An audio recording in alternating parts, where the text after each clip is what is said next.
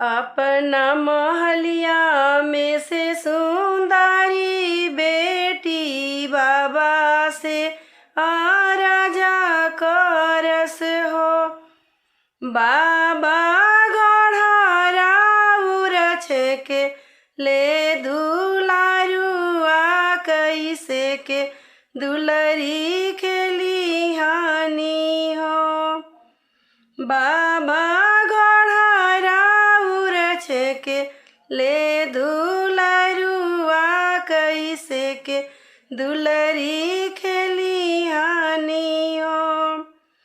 गैया त दिहानी बछरुआ लागी भैंस पड़रुआ लागी हो।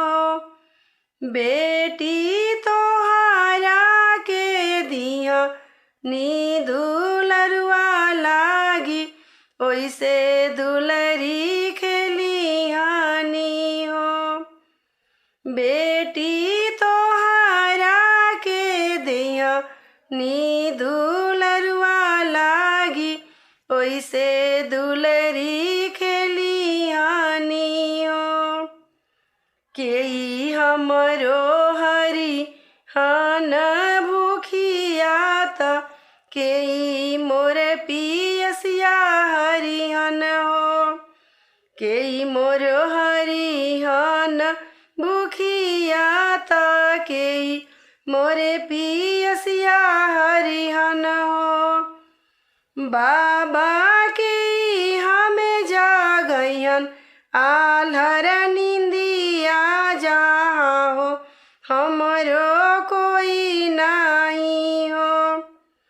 बाबा के हमें जागयन आल्हर निंदिया जहाँ रे हमरो कोई नहीं हो। सासु तोहर हरिहन भूखिया त नन दो पियसिया हरिहनि हो।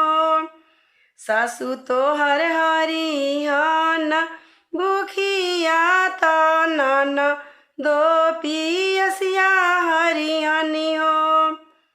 बेटी स्वामी तोहर जागयन आल्हर निंदिया उहाँ रे तोहर सब कोई हो।